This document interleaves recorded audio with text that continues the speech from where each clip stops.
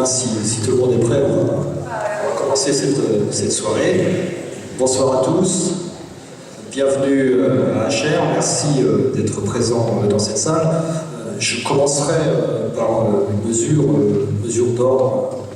Vous avez vu qu'on a installé un caméscope pour garder le souvenir de cette soirée. Cette vidéo sera sans doute disponible sur le site internet du syndicat. Aussi, si quelques-uns parmi vous ne souhaitez pas apparaître sur cette vidéo, eh bien, qu'ils se manifestent, et puis à ce moment-là, on flouterait leur visage et on couperait leurs interventions. Voilà, on m'a dit que c'était obligatoire, donc là je le fais.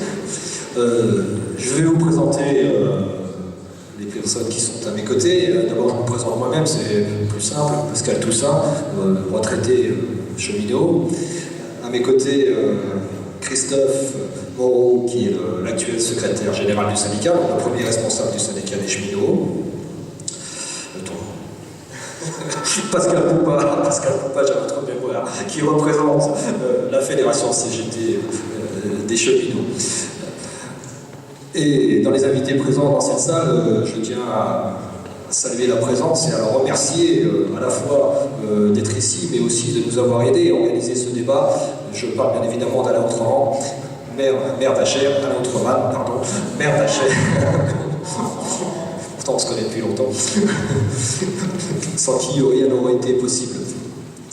Alain qui s'inscrit dans la lignée de ses prédécesseurs, puisque Achères est une ville cheminote et que de tout temps, cette municipalité a été aux côtés des cheminots.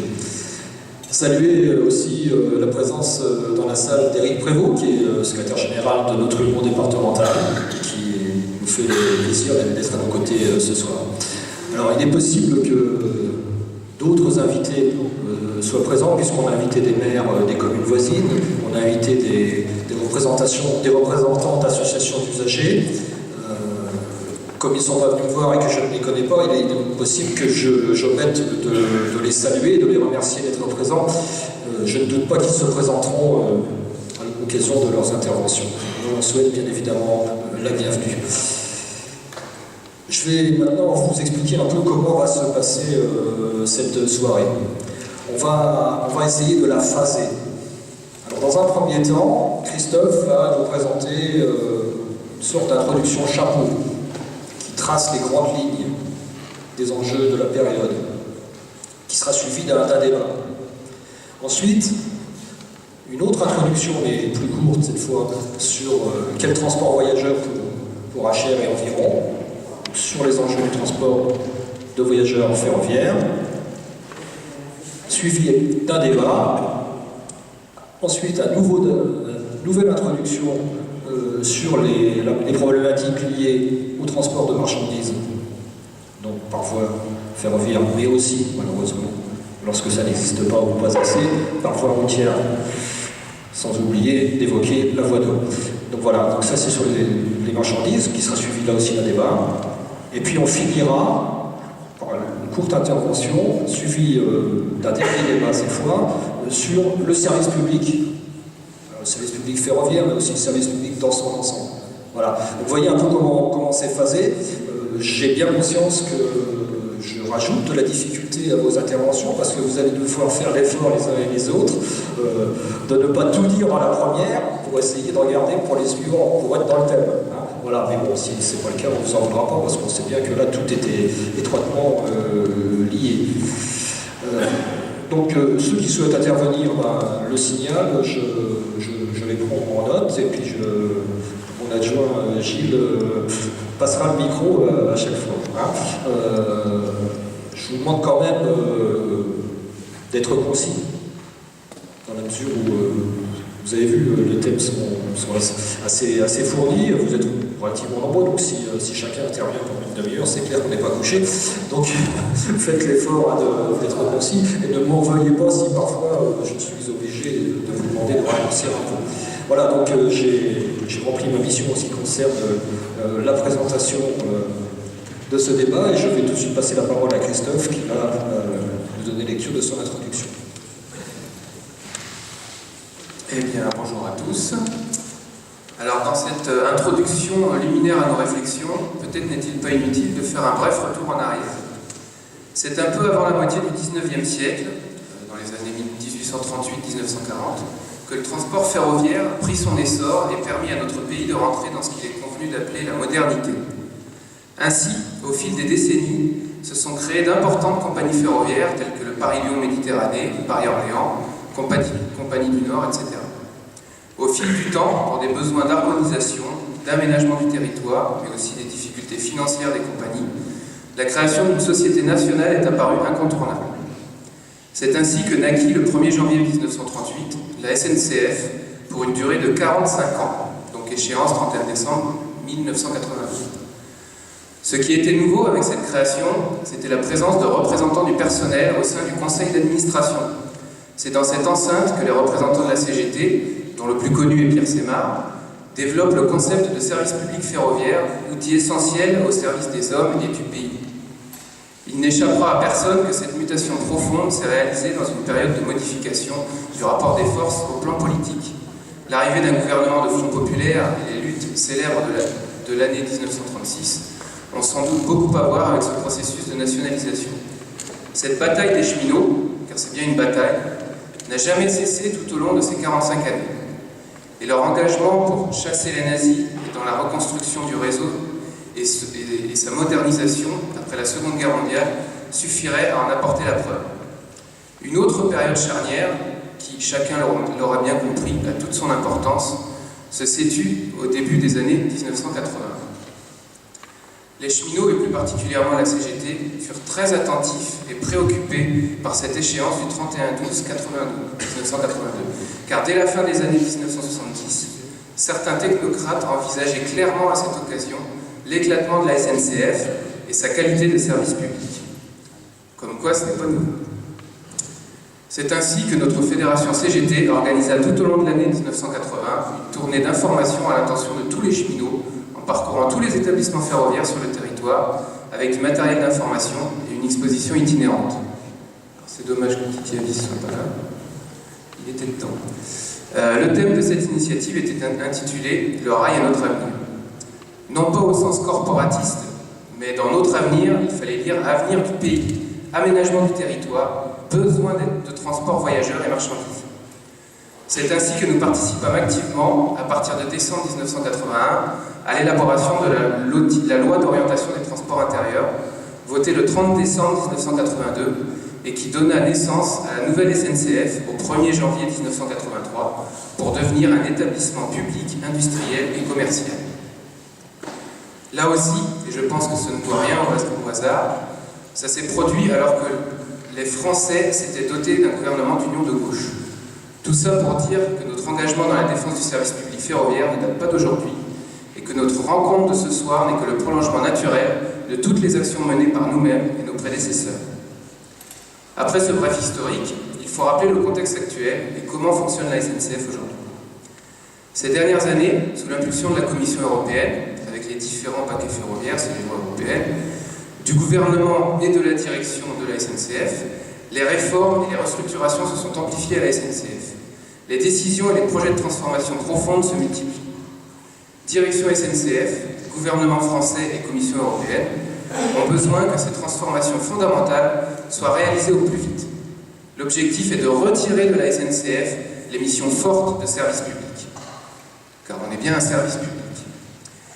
La libéralisation du ferroviaire en Europe s'accélère. C'est au nom de cette politique dogmatique qui tourne le dos à la réponse aux besoins de transport des populations que les libéraux de Bruxelles, avec l'appui des gouvernements des États membres, poussent à l'ouverture totale des réseaux ferrés à la concurrence, tant pour le transport de marchandises que pour le voyageur. Si nous prenons l'exemple du fret, l'ouverture à la concurrence dans ce domaine n'a pas permis d'augmenter la part du rail face à la route, bien au contraire. On constate une logique de transfert d'activité des entreprises historiques, comme la SNCF, vers les nouveaux opérateurs privés. Les enjeux sont de taille, car les mêmes recettes pourraient nous être servies concernant le transport de voyageurs. Cette stratégie met à mal les fondements du service public, à savoir l'égalité d'accès et de traitement, la cohésion sociale, la solidarité, la péréquation, et ce sur l'ensemble du territoire. Ce qui est en jeu en ce moment, c'est bien la place du service public ferroviaire SNCF, l'avenir de l'entreprise publique, le statut des cheminots et la réponse aux besoins des transports des populations. Petit aparté concernant le statut des cheminots, il faut bien comprendre que de par sa réglementation spécifique, c'est le dernier garant d'une sécurité ferroviaire du plus haut niveau pour les cheminots et pour les usagers. Donc je reprends sur la stratégie de l'entreprise. L'organisation en 5 branches distinctes autonomes, les unes des autres à la SNCF, composées de Géodis pour le fret de proximité, pour le transport de voyageurs, de la branche voyage, pour le voyageur au national et à l'européen, de l'infra pour la maintenance de l'infrastructure et de Gares et Connexions pour la gestion des gares, met à mal le caractère unique de l'entreprise publique SNCF, car chaque branche organise indépendamment des autres sa propre stratégie entre la maison mère et les filiales. Cette organisation est directement inspirée de celle des grands groupes de transport privés, passés maîtres dans l'art du dumping social, de la réduction des coûts du travail et de la rentabilité financière. Dans une situation où rien n'est joué d'avance, la Fédération CGT des cheminots refuse de suivre le chemin du libéralisme et propose une alternative de réel progrès. Des propositions alternatives renforçant le caractère intégré du service public du transport SNCF, garantissant son développement au service de l'intérêt général et un statut social de haut niveau pour ses salariés sont indispensables. Maintenant revenons à l'année 1997. C'est la date de la création de RFF qui a conduit à la répartition de la dette du système ferroviaire entre les deux établissements publics, SNCF et RFF. Une convention de gestion établit le rôle de chacun des deux EPIC, des établissements publics industriels et commerciaux. Le montant insuffisant de la convention de gestion contraint la SNCF à réduire et à différer l'entretien de certaines lignes, provoquant des limitations de vitesse, des fermetures de lignes et des dysfonctionnements de la production de plus en plus fréquents. On le vit d'ailleurs au quotidien. L'État n'a pas tenu la totalité de ses engagements dans les contrats de plan État-région, notamment ceux de 2000-2006. Et les budgets des transports des 2 dernières années ne lui permettent pas de tenir ceux des contrats de projet État-région, de projet État-région 2007-2013. Ce désengagement de l'État provoque une dégradation de la qualité du transport et transfère l'effort d'investissement sur les partenariats publics-privés pour le financement, l'exploitation et la maintenance d'infrastructures ferroviaires, les entreprises publiques, RFF et SNCF, dont la stratégie ne vise qu'à autofinancer les investissements sur fonds propres au détriment du service public, et les autorités organisatrices des transports régionaux de voyageurs qui se substituent en partie à l'État au travers de plans rail pour financer les infrastructures. Le développement du service public ferroviaire est étroitement lié à la consistance et à la qualité de l'infrastructure. L'insuffisance d'entretien du réseau par manque de moyens a des conséquences sur la fiabilité, la continuité du service public et fragilise le niveau de sécurité. Un audit sur l'état du réseau ferré national, commandé par la SNCF et RFF, a été réalisé par l'École polytechnique de Lausanne en 2005. Il faisait un état des lieux partagé, mais n'apportait pas les bonnes réponses. Tous les scénarios proposés conduisaient à la contraction et à la dégradation des performances du réseau. À la suite du plan 2006-2010 du ministère des Transports, concernait principalement les axes ferroviaires nationaux et internationaux et confirmait le désengagement de l'État, en demandant aux 2 entreprises nationales d'assurer le principal effort en matière d'investissement et en mettant à contribution les régions dans le cadre des futurs contrats de projet État-région pour financer le maillage ferré régional et local. L'état du réseau a continué à se dégrader, la consistance et l'unicité du réseau ferré national ont été fragilisées, la politique des ralentissements s'est développée, les voies des ports ont été cédées aux autorités portuaires et les voies de service ont été drastiquement réduites. Pour compenser la diminution de la convention de gestion entre RFF et la SNCF, la sous-traitance s'est développée et la productivité des cheminots concernés s'est accrue. Pour sortir de cette dégradation, ce que nous souhaitons, c'est l'élaboration du schéma national des infrastructures de transport prévu dans le Grenelle 1, en concertation avec les parties prenantes du Grenelle de l'environnement, en se fondant sur des critères permettant l'atteinte des objectifs de développement durable. La CGT revendique que celui-ci soit un véritable schéma directeur. Alors, ce qu'on revendique, donc une maîtrise publique de l'infrastructure ferroviaire, de sa réalisation à son exploitation, pour l'exploitation de la maintenance du réseau ferré national par le service public SNCF. Cette maîtrise publique doit promouvoir une politique multimodale qui prenne en compte les besoins de transport, les enjeux sociaux, de sécurité, d'aménagement des territoires, environnementaux et énergétiques, dans le cadre d'une ambition de développement durable. Et donc l'abrogation des dispositions législatives ayant créé RFF et la direction de la circulation ferroviaire pour revenir à une gestion unique d'un système ferroviaire intégré. Sur ce dernier point, les récentes annonces de notre ministre délégué au transport laissent à penser que nous avons été écoutés. Mais nous demandons à voir, car le statut juridique de ce fameux pôle public ferroviaire n'est pas défini et malheureusement la feuille de route Pépi-Sarkozy n'a toujours pas été déchirée. Après cet état des lieux, vous aurez bien compris que promouvoir une autre politique avec tous ceux qui ont intérêt au développement du service public, SNCF, c'est le sens de notre démarche de sensibilisation pour travailler les convergences d'intérêts. Voilà, j'en arrête ici. L'état des lieux est fait. Bien, merci Christophe. Christophe, il a brossé très large. On avait noté. Je pense qu'on peut d'ores et déjà avoir un premier échange. Il a pointé des dimensions, à mes yeux, très importantes.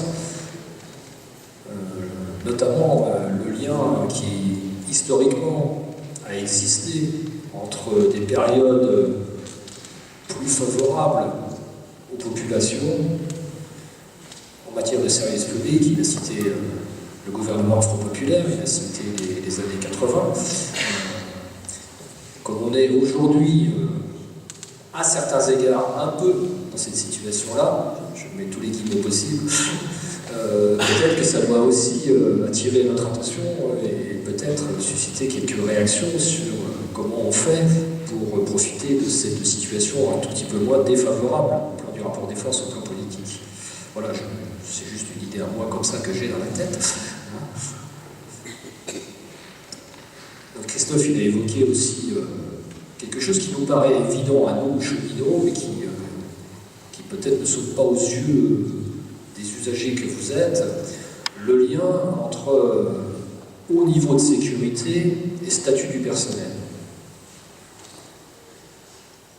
Est-ce que le fait d'avoir des cheminots qui ont encore quelques garanties en matière de nombre d'heures de repos, des conditions dans lesquelles ils prennent ce repos, d'une réglementation assez drastique en matière de sécurité, etc., est-ce que ça, c'est de nature à garantir un haut niveau de sécurité? Et donc, par contre-coup, si on laissait faire ce qui est déjà largement décidé, l'entrée de salariés, et je n'ai rien contre ces salariés-là, parce qu'on comprend bien, qui eux sont soumis à des règles beaucoup moins drastiques, donc qui dorment moins, qui se déplacent beaucoup plus dans des conditions, si vous le saviez, et qui donc tout ceci pourrait conduire à des incidents, voire à des accidents potentiellement très graves. Voilà, quelques trucs que j'ai dans la tête.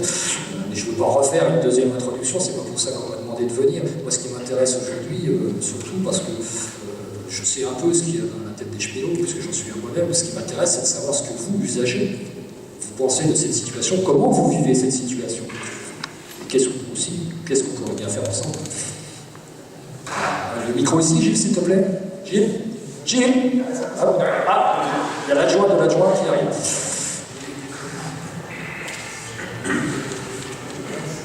Merci bien. Je me souviens d'une période, lorsque c'était, je crois, sous Thatcher, en Angleterre, j'étais encore très très jeune, encore plus jeune qu'aujourd'hui. À cette époque-là... Est-ce que vous pouvez vous présenter rapidement? Oui, je suis Daniel Safon, je suis adjoint au maire à la culture. Et alors donc, à l'époque de Thatcher, on avait souvent des accidents dans la banlieue londonienne. Et c'était récurrent. Et alors on expliquait chaque fois que ce qui se passait, c'est qu'il y avait des problèmes de sécurité. Il faut dire que la SNCF de là-bas, de l'autre côté, n'était pas nationalisée, elle était privatisée. Les trains ont été privatisés. Est-ce que le scénario que nous sommes en train de mettre en place en France ne risque pas de se produire, d'être dans un pays qui néglige ses infrastructures, qui les entretient mal et qui donc devient accidentogène? Bien, merci. C'est une question qui est posée aux cheminots d'aujourd'hui, notamment ceux qui entretiennent l'infrastructure. Je ne doute pas qu'ils auront à cœur de répondre. Est-ce qu'il y a d'autres demandes d'intervention? Ici, dans le fond, bon.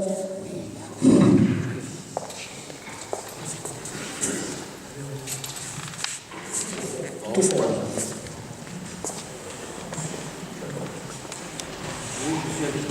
Je suis habitant de la Chaire. Je voudrais poser une petite question pour la réouverture justement concernant les gares, parce qu'il y a beaucoup de réseaux ferroviaires. On s'aperçoit que le développement se fait sur le TGV, et sur les lignes secondaires, il y a des gares qui ferment, des lignes aussi. Alors, je voudrais savoir quelle serait la politique pour l'avenir concernant ça, parce que ça permet aux gens qui n'ont pas de voiture, souvent aussi bien en banlieue, en région parisienne, comme en province, tout le monde n'a pas de voiture, et puis bon, pour se rendre pour des raisons administratives, ou voir les familles, ou pour des raisons X, même pendant les vacances, ça tue des villages aussi, parce que ça permet aussi de faire vivre économiquement les villages, les petites villes, ou même des grandes villes, et ainsi que, comment je pourrais dire, ou même sur le plan environnemental, augmenter l'électrification des lignes de manière à moins polluer, quoi. Et je voulais poser aussi une question concernant l'entreprise, parce que bon, on a introduit des nouveaux trains de Bombardier, mais Alstom a autrefois été nationalisé, on a dénationalisé. Pourquoi on n'a pas acheté les trains d'Alstom?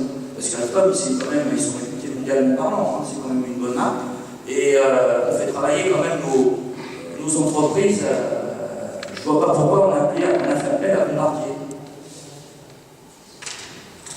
Merci. Merci. Pour ceux qui ne savent pas, Bombardier, c'est Canadien. Ouais, c'est Gilles aussi, s'il te plaît. Merci. Oui, Roger Audroy, je suis à Sartrouville, usager et syndicaliste, et surtout en tant qu'usager, déjà pour les cheminots, j'aimerais savoir un chiffre, c'est combien reste-t-il de salariés avec le statut SNCF aujourd'hui, combien il y en avait il y a 10 ans, pour voir un peu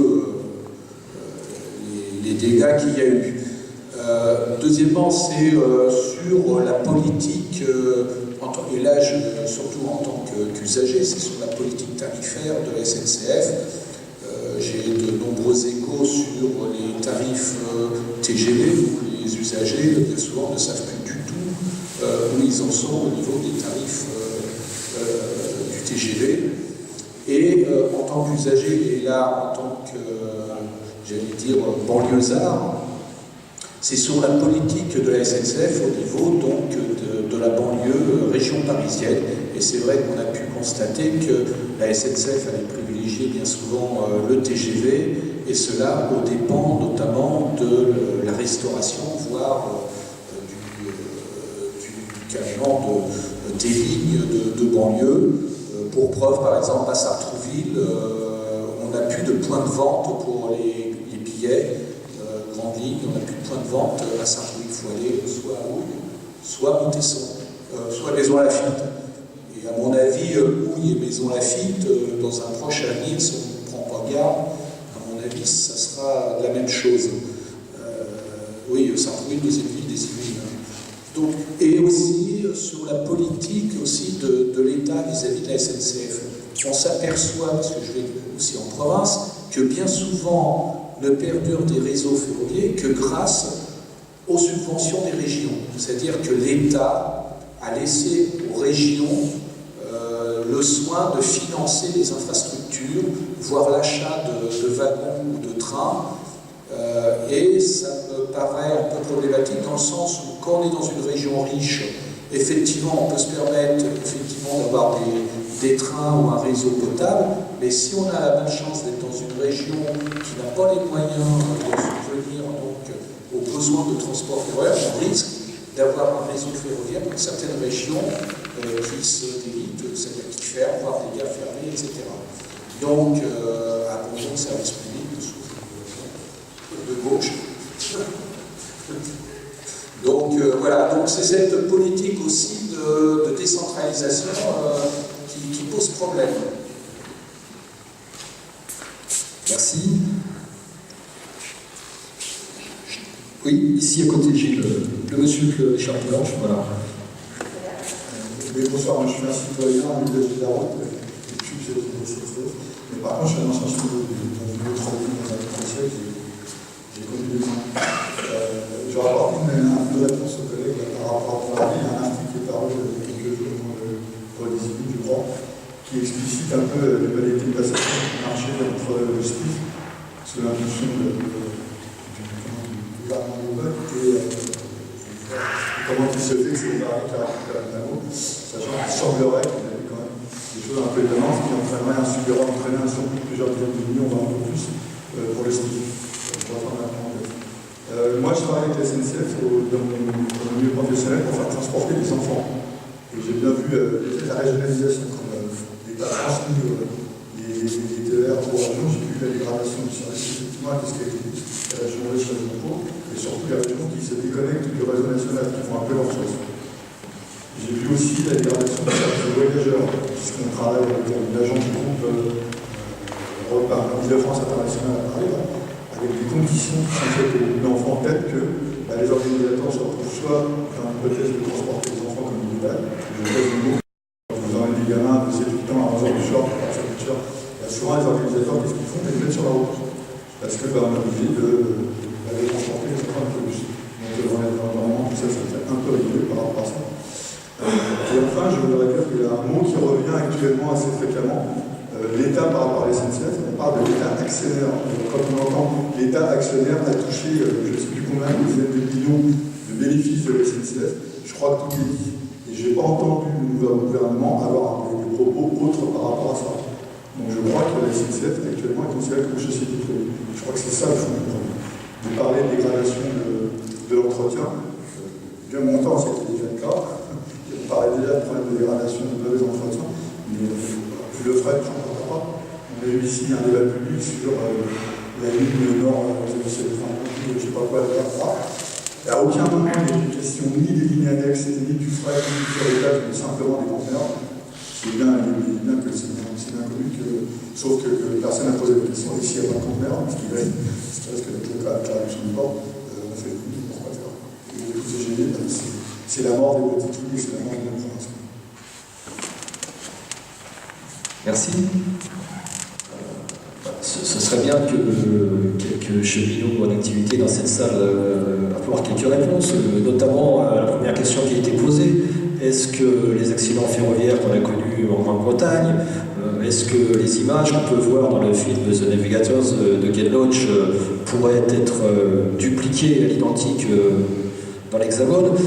Ce serait bien que les professionnels d'aujourd'hui apportent leurs réponses, sans prétendre détenir la vérité, mais peut-être avec l'éclairage de quelques incidents qui auraient pu très très mal se terminer et dont ils ont eu connaissance.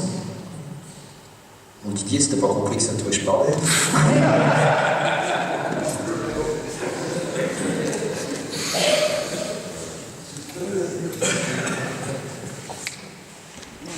Oui, donc cheminot de équipement, il est clair que depuis des années, et ça on en revient à un constat, c'est qu'on a de plus en plus de trafic, et la région de Paris-Saint-Lazare et Saint-Béatrice sont en état où il n'y a pas de TGV, et l'état des infrastructures s'est dégradé. Parce que les moyens n'ont pas été donnés, de plus en plus d'infrastructures, et pour autant, enfin de plus en plus de circulation ferroviaire, et pour autant pas de développement d'infrastructures. Donc ça c'est le constat. Il est clair qu'on a une situation des effectifs au niveau de cheminots, malgré les annonces de notre président qui se tape dans les médias, comme quoi on est l'entreprise qui embauche le plus. À titre d'exemple, pour cette année, on est à 6 900 départs pour 5 500 embauches. Les effectifs diminuent, un entretien qui, au regard des installations, enfin des circulations qui devrait nécessiter beaucoup plus, et malheureusement, on se retrouve aujourd'hui à ne pas pouvoir assumer cet entretien. Alors, entre l'Île-de-France et la province, forcément, le contexte est un petit peu différent. Comme il a été précisé dans le rapport de Christophe, on a de plus en plus de kilomètres de ralentissement au niveau national, ce qui conduit aussi à des lignes fermées, parce qu'aujourd'hui, l'entreprise cherche à faire du pognon. Donc, il est clair que transporter des usagers, faire circuler, on va dire, des des trains, très peu d'usagers, ça ne les intéresse pas, donc ils préfèrent éventuellement, ils prennent le choix de fermer. Donc cet entretien, ces effectifs de cheminots revus à la baisse, a pour conséquence aussi un développement de la sous-traitance. Aujourd'hui, les cheminots, ils sont de plus en plus à surveiller, on va dire, les entreprises privées, et pour ces entreprises avec des conditions sociales où pour la plupart d'entre eux ils ont tendance à faire jour et nuit, donc forcément ça a un impact sur la sécurité. On a de plus en plus de chantiers qui sont rendus donc, en retard le matin, parce que bon, c'est vrai que notamment en Ile-de-France les chantiers sont essentiellement réalisés de nuit. Donc ouais, l'état des lieux, c'est essentiellement la problématique des effectifs, et comme ça a été précisé dans le rapport d'introduction, c'est tout l'effet, on va dire, de la création de RFF en 97, où pour éponger la dette, parce que les infrastructures dépendent de RFF. Et donc, je dirais que les moyens ne sont pas attribués pour réaliser un peu de maintenance au quotidien. Donc voilà, je dirais au rythme où ça va, s'il n'y a pas un changement, ce qui s'est passé malheureusement en Angleterre, on n'est pas à l'abri de retrouver ça, et surtout on vient que cette séparation par activité, où c'est vraiment des tuyaux complètement indépendants au sein de l'entreprise SNCF. D'où l'utilité de ce qu'on défend, notamment à la CGT, c'est des établissements aussi multi-activités. Alors aujourd'hui, y compris au niveau régional, nos directeurs de région n'ont même plus la maîtrise de ce qui se passe, vu que c'est géré par les activités au niveau national. Donc voilà, en grande ligne, bon, ça j'aurais interviendrai par un moment s'il y a besoin de préciser. Merci Didier. Il y a Jean-Pierre là-bas, j'ai vu la fondation du cours. Oui, moi je voudrais, sur cette question-là, que vous a posée directement Pascal, sur le lien entre sécurité et statut, je crois qu'il faut qu'on fasse attention. La SNCF a connu des plus grandes périodes avec des gros accidents comme ceux de ma génération. Tous ceux qui sont venus ici s'en souviennent, dans les années 80-90, la grande période avec des accidents mortels qui étaient des accidents extraordinaires qui nous ont marqué douloureusement dans la profession. Le statut n'a pas protégé contre ça. Et donc je crois que si on veut convaincre la population, c'est ça qui est en jeu aujourd'hui, c'est quels sont les besoins de la population et comment peut-on les satisfaire. Je ne suis pas sûr que le canal du statut qui nous intéresse nous en tant que cheminots soit le canal prioritaire. Par contre, ce qui est certain, c'est qu'aujourd'hui, les besoins ne sont pas satisfaits parce qu'on n'y met pas les moyens, on n'y met pas les moyens financiers depuis des années. Et parce que la SNCF, enfin le ferroviaire en tout cas, est un secteur dont on sait qu'il ne peut pas ramener financièrement très rapidement de l'argent et ne sait pas répondre aux besoins de financement qu'on attend aujourd'hui de l'industrie. Et c'est des difficultés que l'on a aujourd'hui. Je pense qu'il faut surtout qu'on démontre à la population que le manque de financement, le manque de moyens attribués aux ferroviaires par rapport aux besoins. Alors ça, c'est pas à nous de l'exprimer, c'est à la population d'exprimer quels sont les besoins de transport ferroviaire à moyen et à long terme. C'est ça qui doit nous intéresser. Si on part de nos préoccupations à nous, cheminots, j'ai peur qu'on laisse de marbre la population, même si sur le fond, quoique on pourrait se poser la question dans un monde idéal, est-ce qu'il ne serait pas bon qu'on soit tous ensemble sur les mêmes avantages, les mêmes conditions de vie, les mêmes conditions de travail, les mêmes conditions de salaire? On sait bien que la différenciation des statuts, la différenciation des contrats de travail sont au contraire des marques de division qui nous freinent. Mais aujourd'hui, la question ne se pose pas parce qu'aujourd'hui, l'alternative, c'est pas de bons statuts ou de bons contrats de travail au droit commun, c'est malheureusement défendre ce qui existe. C'est en ce sens que je ne vais évidemment pas en cause le statut, mais enfin, je vais surtout insister sur le fait que c'est pas un antivirus efficace à 100%. Merci Jean-Pierre. Pascal Coupin. Oui, en partant de la question de M. l'adjoint au maire sur les accidents de Grande-Bretagne, déjà il faut espérer que cette succession qu'ils ont connue là-bas, on ne la vive pas en France. Ceci dit, on a eu aussi, comme le disait le collègue il y a quelques instants, quelques accidents graves avec ce qu'on sait comme conséquence. Pour autant, on sait aussi qu'en Grande-Bretagne, ils sont en train de nationaliser le réseau. Parce qu'effectivement, et Christophe l'a dit dans son introduction, il y a 75 ans, et je ne pense pas que c'est archaïque de dire ça, il y a des gens, des politiques, des syndicalistes, qui ont remis le ferroviaire dans un même ensemble, parce que les compagnies privées de cette époque-là étaient endettées au possible, et le ferroviaire était dans un état de mise à sac. Et aujourd'hui, ceux qui nous traitent justement d'archaïques, de gens qui veulent conserver des choses, etc., reviennent à ce qui s'est passé il y a 75 ans. On le voit dans le fret, on en parlera tout à l'heure puisqu'il y a une introduction là-dessus, je ne vais pas trop m'étaler, je réinterviendrai s'il faut. Mais bon, on sent bien qu'on est à une croisée des chemins. Il va y avoir un nouveau système ferroviaire de proposer en 2013. Le nouveau ministre des Transports, Cuvillier, a fait des annonces le 30 octobre dernier, qui ni nous réjouissent ni nous inquiètent. C'est-à-dire que bon, quand on parle de pôle public, ça nous va bien. Quand on parle de réunification du gestionnaire d'infrastructure, ça nous va bien.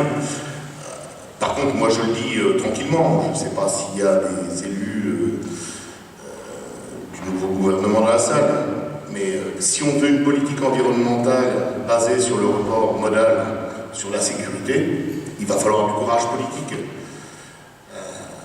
La directive 91-440, donc celle qui avait créé RFF, qui avait distingué de la SNCF, ne disait pas qu'il fallait séparer la structure, il fallait séparer la comptabilité. On a fait du zèle en France à cette époque-là. Par contre, cette même directive disait qu'il fallait reprendre la dette du ferroviaire. Tous les pays d'Europe l'ont fait. Tous, sauf un, la France. Donc aujourd'hui, il faut pas essayer de balayer d'un revers de main, parce qu'on voit bien que quand des décisions européennes arrangent certains gouvernements, on les applique avec zèle, et quand elles ne nous arrangent pas, on ne les applique pas. On a ouvert le fret 6 mois avant la date prévue, avec des donations de locomotives, des donations de sillons, etc. On a toujours une SNCF qui aujourd'hui vit sous la feuille de route de Sarkozy. Enfin, je le dis comme ça, le président Pépi, aujourd'hui, applique toujours la feuille de route de Sarkozy. Alors je parlais tout à l'heure de courage politique, parce qu'il ne va pas falloir qu'à chaque fois qu'il y a une fiente de soi-disant pigeons qui nous tombe sur l'épaule, ou des intégristes, ou le MEDEF qui fait les gros yeux pour faire table rase des promesses politiques qui ont été faites dans une période où les salariés et les cheminots, je pense qu'ils ont fait ce qu'ils avaient à faire de ce côté-là, ont essayé de faire en sorte que Sarkozy et sa clique soient dehors. Aujourd'hui, on entend, par rapport par exemple au lobby routier, qu'on va réussir à faire payer la taxe à l'essieu aux contribuables. Donc toutes ces mesures-là sont pas bonnes aujourd'hui. Alors pourquoi nous, la CGT, on a organisé ces états généraux des services publics? Parce que la SNCF, et on le dit depuis 1995, et ça avait été acté, la SNCF, elle ne nous appartient pas à nous, cheminots, mais elle n'appartient pas aux experts, et elle n'appartient pas à certains technocrates, elle appartient à la nation. Donc à partir de là, c'est les populations qui doivent dire de quoi ils ont besoin, comment ils ont besoin, que ce soit en termes de voyageurs ou que ce soit pour les chargeurs en termes de marchandises. Mais on est mal parti, parce que premier budget, le budget triennal sur les transports pour la période 2013-2015, c'est moins 1 milliard d'euros. Alors moi je veux bien qu'on me dise tous les jours qu'il n'y a pas d'argent. 309 milliards d'euros versés chaque année en France aux banques et aux actionnaires. La dette du système ferroviaire, certes qui est important, 38 milliards d'euros, et 309 milliards d'euros qui est versé aux actionnaires aux banques. Moi je dis au bout d'un moment, il faut savoir ce qu'on veut. Il faut savoir ce qu'on veut, il faut savoir où il faut aller chercher. Pépi a annoncé dans sa dernière conférence de presse qu'il va reverser un dividende à l'État. Au bout d'un moment, stop, ça suffit. L'État est actionnaire, effectivement, principal et le seul de la SNCF, il ne peut pas se comporter comme un patron de 4 quarts. On est en difficulté, on a besoin de réinvestir pour le rail, on ne va pas prendre de l'argent de la SNCF pour remettre on ne sait où. Donc tout ça, je ne parle pas des 750 milliards d'euros qui avaient été trouvés le jour pour les banques, etc. Tout ça me fait dire qu'il faut quand même que les choses soient claires. Sur le voyageur, aujourd'hui, contrairement peut-être à ce qui a été dit, ou en tout cas même si ça n'a pas été dit dans ce sens-là, moi je dis heureusement qu'il y a eu les régions. Heureusement qu'il y a eu les régions. Étaient les seuls qui ont investi de telle façon à ce que ça se développe. Le transport de voyageurs en région a augmenté de 146% en à peine 7 ans. Les collectivités locales sont celles qui contribuent le plus dans la dépense publique, puisqu'ils font des investissements à hauteur de 73% de leur budget. Donc je dis heureusement qu'il y a eu ça, parce que l'État a repris ce qu'on appelle les trains d'intérêt du territoire, les têtes, les corail, Théos, etc. Sauf que 75% est payé par les taxes provenant des TGV, et que ça ne va pas durer longtemps si jamais on ne regarde pas comment on investit aussi là-dedans. La SNCF est en train de regarder comment émettre des bus à la place des trains. Je vous rappelle quand même que leur projet Speed, c'est 230 lignes qui desservent 70 villes et qui sont là pour remplacer les trains corail, etc. Donc, moi je dis qu'on a source ensemble pour travailler à faire en sorte que Pépi et s'applique et une certaine et certains soi-disant experts ne brouillent pas les cartes par rapport à ça. On a des propositions vis-à-vis de comment on peut résorber une partie de la dette et surtout travailler mieux. Vous avez tous entendu parler du nouveau gestionnaire d'infrastructures qui serait mis dans le pôle public, donc il faut des choses beaucoup plus claires. Nous, la CGT, on a fait des propositions à la boîte et au gouvernement. On pense qu'il faut une tarification sociale obligatoire, c'est ce qu'on appelle, nous comme ça, la TSO, coût d'entretien des infrastructures, avec les coûts externes, puisque tout ce qui est route, entre le bruit, l'accidentologie, la pollution, peut-être que tout le monde ne paye pas à la hauteur où il devrait. Il y a eu des engagements du Grenelle sur du maintien des installations, déclarer le fret d'intérêt général, etc. Pour l'instant, on n'en voit pas la couleur.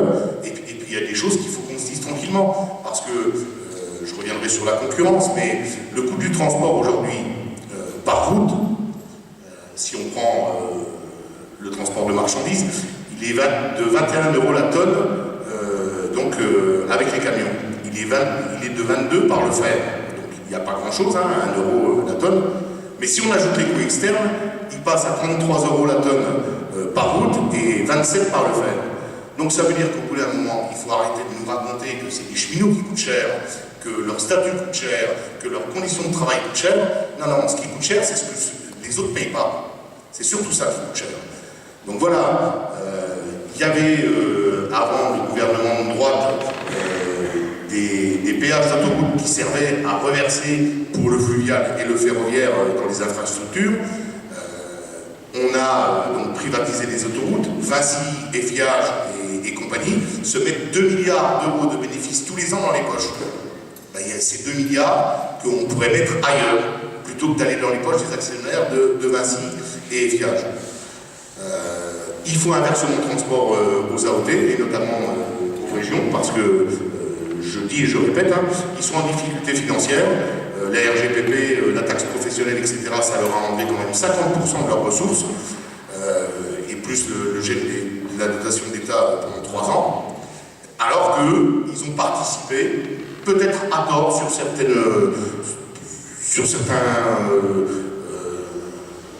certaines décisions.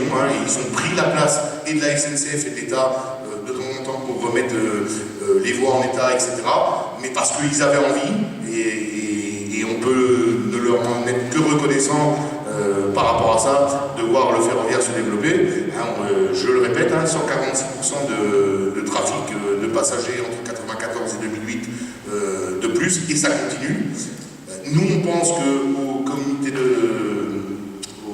qu'au conseil d'administration, l'ARF, donc c'est-à-dire les régions, doivent être représentées. Il n'est pas normal qu'il n'y ait que les gens de l'État, de la direction SNCF. Il y a les organisations syndicales, mais on pense que ceux qui participent grandement au trafic ferroviaire doivent être représentés dans cette instance. Voilà, dans un premier temps, je veux dire qu'il n'est pas inéluctable, et je mets à peu près ce qu'on entend sur l'austérité, et je fais le parallèle avec le ferroviaire. Il n'y a pas d'argent, mais moi et c'est pas moi, on vous dit que si, et les économistes un peu sérieux vous disent que si, et on ne peut pas faire autrement. Mais nous on vous dit que si, on peut faire autrement. On parlait tout à l'heure, je ne sais plus quel camarade est intervenu sur la multi-activité. Oui, aujourd'hui vous avez des cheminots qui sont concentrés dans une activité, des gens qui étaient capables, si je prends les agents de conduite, mais je pourrais prendre n'importe quel métier, qui étaient capables d'intervenir sur des trains de voyageurs, sur des trains de marchandises, d'aller dépanner, etc. Aujourd'hui, on les a confinés dans des activités. Ils ont toujours la possibilité et la capacité d'intervenir, sauf qu'ils n'ont plus les autorisations. Moi, je prends toujours cet exemple-là.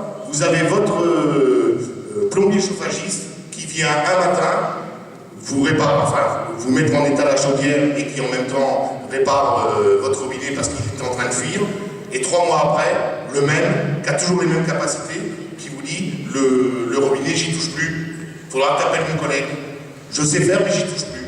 La SNCF, c'est possible. Mais il y a des choses comme ça où à mon avis, ensemble, cheminots, usagers et chargeurs, on doit dire stop.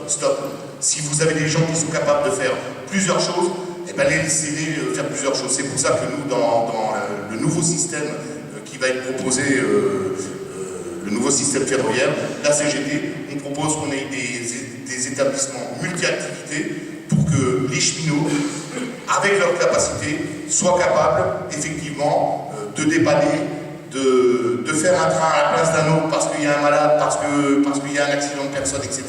Ce qu'on ne peut plus faire aujourd'hui. Et ce qui fait que, si je prends le cas d'Achères, et s'il reste quelques cheminots fret et d'autres voyageurs, allez dans un dépôt comme ça, et vous allez voir des gens qui sont assis cul sur une chaise en attendant de savoir si leur train il va arriver ou pas, et vous avez des usagers qui sont eux sur les quais et qui attendent parce qu'il manque un agent de conduite, alors que celui-là il est capable de le faire. Ça c'est pas normal, et je pense que Pépi et sa bande et le gouvernement, ils doivent maintenant changer d'orientation. Merci Pascal. Il me reste un inscrit, donc on va passer la parole à Éric Prévost, secrétaire général de l'Union départementale, et après on passera à la deuxième phase avec une petite introduction sur le service de transport de voyageurs qui permettra de poursuivre ce débat. Oui, moi je voulais partir de ce sur quoi intervenait Christophe dans son introduction, c'est sur la question des convergences d'intérêts. Et je trouvais que l'énoncé de l'exposition qu'il a évoqué dans les années 80, le rail est notre avenir. C'est peut-être autour de cette question-là, à mon avis, qu'il faut travailler sur les possibilités de convergence. Quand on dit le rail est notre avenir, pour moi, ça doit être la réponse aux besoins des habitants, des travailleurs, de se déplacer. Et de se déplacer dans un ou dans des territoires donnés, pour leur vie de tous les jours, pour aller bosser. Donc c'est un élément du développement économique du territoire. Et la convergence d'intérêts, elle est qu'on puisse répondre aux besoins de ces travailleurs ou de ces habitants, ou alors on est sur d'autres objectifs qui sont des objectifs de faire des profits. Donc la question c'est qualité de transport, sécurité, évidemment pour avoir tout ça,